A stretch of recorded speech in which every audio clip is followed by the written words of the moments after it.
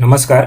मी सर्वांचं स्वागत करतो हवामान अपडेट या आपल्या यूट्यूब चॅनलवरती. मी नेताय जाधव. आपण पाहणार 31 डिसेंबर 2025चा या वर्षातील शेवटच्या दिवसाचा हवामानाचा अंदाज. सर्वप्रथम लेटेस्ट सॅटेलाइट इमेजनुसार जर पाहिला तर उत्तर भारतामध्ये एक स्ट्रॉंग अशा पद्धतीचा डब्ल्यूडी हा दाखल झालाय. या डब्ल्यूडीच्या प्रभावामुळे उत्तर भारताचा उत्तरेचा भाग जो असेल जम्मू काश्मीर या उत्तरांचल असे या ठिकाणी बर्फवृष्टी, काही ठिकाणी हलक्या स्वरूपाचं ढगांचं वातावरण त्या ठिकाणी पाहायला मिळू शकतो. याचबरोबर पंजाब असेल, हरियाणा असेल, तसेच दिल्ली, उत्तर प्रदेश, बिहारचा उत्तर भाग असेल आणि अरुणाचल प्रदेशचा पूर्व भाग असेल, पश्चिम भाग असेल, या भागापर्यंत दाट धुक्याची चादर आपल्याला पाहायला मिळते. या धुक्यामुळे काही प्रमाणामध्ये जीवन विस्कळीत झालेलं पाहायला मिळते. टेम्परेचरमध्येही चढ उतार आपल्याला पाहायला मिळत आहे. मात्र उत्तरेकडून राज्याच्या दिशेला जर पाहिलं तर राज्याच्या दिशेला कोणत्याही पद्धतीचं वारं सध्या येत नाही, कारण डब्ल्यूडी आहे.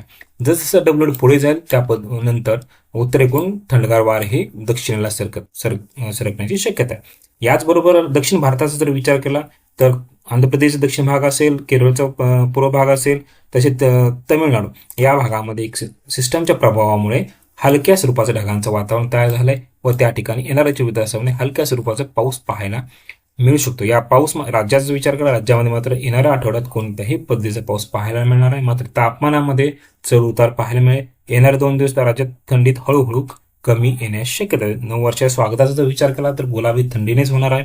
मात्र विदर्भ असेल याचबरोबर खांदे असेल या ठिकाणी आपल्याला थंडी अजून काही दिवस जाणवू शकते.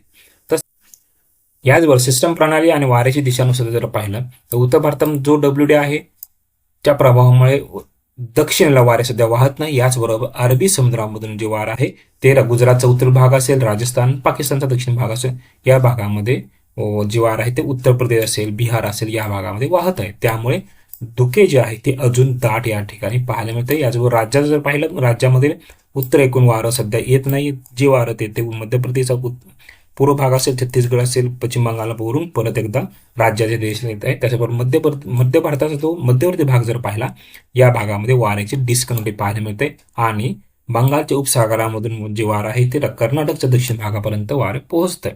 त्यामुळे काही ठिकाणी थंडीमध्ये कमी झालेले पाहायला मिळते. याचबरोबर आज मिनिमम टेम्परेचरचा जर विचार केला, सर्वाधिक कमी तापमान जर पाहिलं तर यवतमाळमध्ये पाहायला मिळेल. या ठिकाणी जवळपास 8.8 डिग्री सेल्सिअस होतं. या ठिकाणी आज कोल्ड वेव्ह कंडिशन्स त्या ठिकाणी पाहायला मिळाली. संपूर्ण जिल्ह्याचं जर पाहिलं, संपूर्ण जिल्ह्यामध्ये थंडीची तीव्र लाट त्या ठिकाणी पाहायला मिळेल.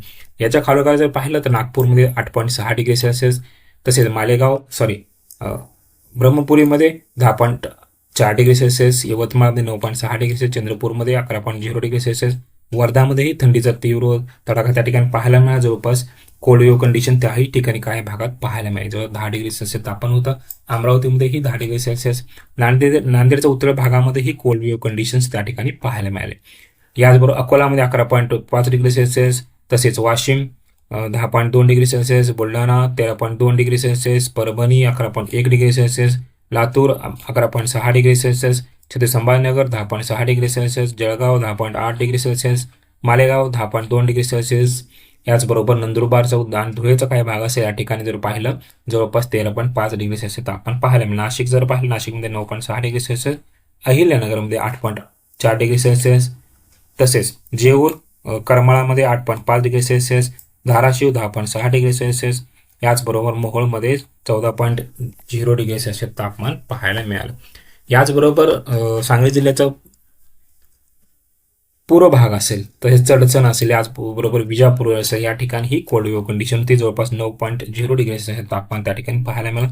सांगली जिल्ह्यामध्ये 12.0 degree, Kolhapur 14.3, Satara 10.1 degree Celsius, महाबळेश्वरमध्ये 11.6 डिग्री सेल्सिअस, पुणे शहरामध्ये 9.9 डिग्री सेल्सिअस.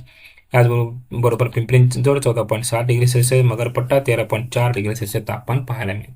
कोकणाचा पाहिला, कोकणाचा उत्तर भाग असेल डहाणू 16.2, पालघर 14.1, मुंबई शहर असेल 16.5 डिग्री सेल्सिअस व मुंबई कुलाबा असेल 20.5 डिग्री सेल्सिअस तापमान पाहायला मिळालं.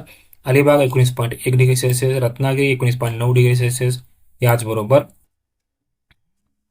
राजापूर 17.7 डिग्री सेल्सिअस तापमान पाहायला मिळालेलं आहे. तसेच येणाऱ्या 24 तासाचा जर विचार केला तर येणाऱ्या 24 तासामध्ये राज्याचा दक्षिण भाग असेल, म्हणजे कोकणाचा दक्षिण भाग असेल, याचबरोबर पश्चिम महाराष्ट्राचा दक्षिण भाग या भागापासून तापमानामध्ये हळूहळू वाढ अपेक्षित आहे. सर्वप्रथम नाशिक असेल आणि अहिल्यानगरचा उत्तर भाग असेल 8 ते 10 डिग्री सेल्सिअस. संपूर्ण खानदेश, पुण्याचा पूर्व भाग असेल, साताराचा उत्तर भाग, सोलापूरचा उत्तर भाग, त्याचबरोबर संभाजीनगर असेल, हिंगोली, परभणी, नांदेड आणि विदर्भाचा बहुतांश संपूर्ण विभाग असेल या ठिकाणी 10 ते 12 डिग्री सेल्सिअस तापमान पाहायला मिळू शकतं. याचबरोबर बुलढाणाचा असेल, रिसोड असेल, वाशिमचा रिसोड असेल, जालना असेल, परभणीचा पश्चिम भाग असेल, या ठिकाणी जर पाहिलं या ठिकाणी 12 ते 14 डिग्री सेल्सिअस तापमान पाहायला मिळेल. चंद्रपूरच्या दक्षिण भागामध्ये आणि गडचिरोलीचा अति दक्षिण भाग असेल, या ठिकाणी 12 ते 14 डिग्री सेल्सिअस तापमान पाहायला मिळण्याची शक्यता आहे. याचबरोबर सोलापूरचा संपूर्ण जिल्हा असेल, धाराशिव, लातूरचा दक्षिण भाग असेल, पुण्याचा घाटमाथ्याचा भाग आणि पुणे शहर असेल, तसेच ठाण्याचा पूर्व भाग असेल, या ठिकाणी 12 ते 14 डिग्री सेल्सिअस तापमान पाहायला मिळणार आहे. सांगलीचा पश्चिम भाग असेल, कोल्हापूर संपूर्ण जिल्हा, या भागामध्येही 14 ते 16 डिग्री सेल्सिअस तापमान पाहायला मिळेल. संपूर्ण किनारपट्टीचं जर पाहिलं, संपूर्ण किनारपट्टीमध्ये जवळपास 16 ते 18 डिग्री सेल्सिअस तापमान पाहायला मिळण्याची दाट शक्यता आहे. तर हे होतं येणाऱ्या 24 तासाचं राज्याचं हवामान अपडेट. जर आता आपण हवामान अपडेट या यूट्यूब चॅनल सबस्क्राईब जर केलं नसेल तर कृपया सबस्क्राईब करा, बेल आयकॉन नक्की करा. धन्यवाद.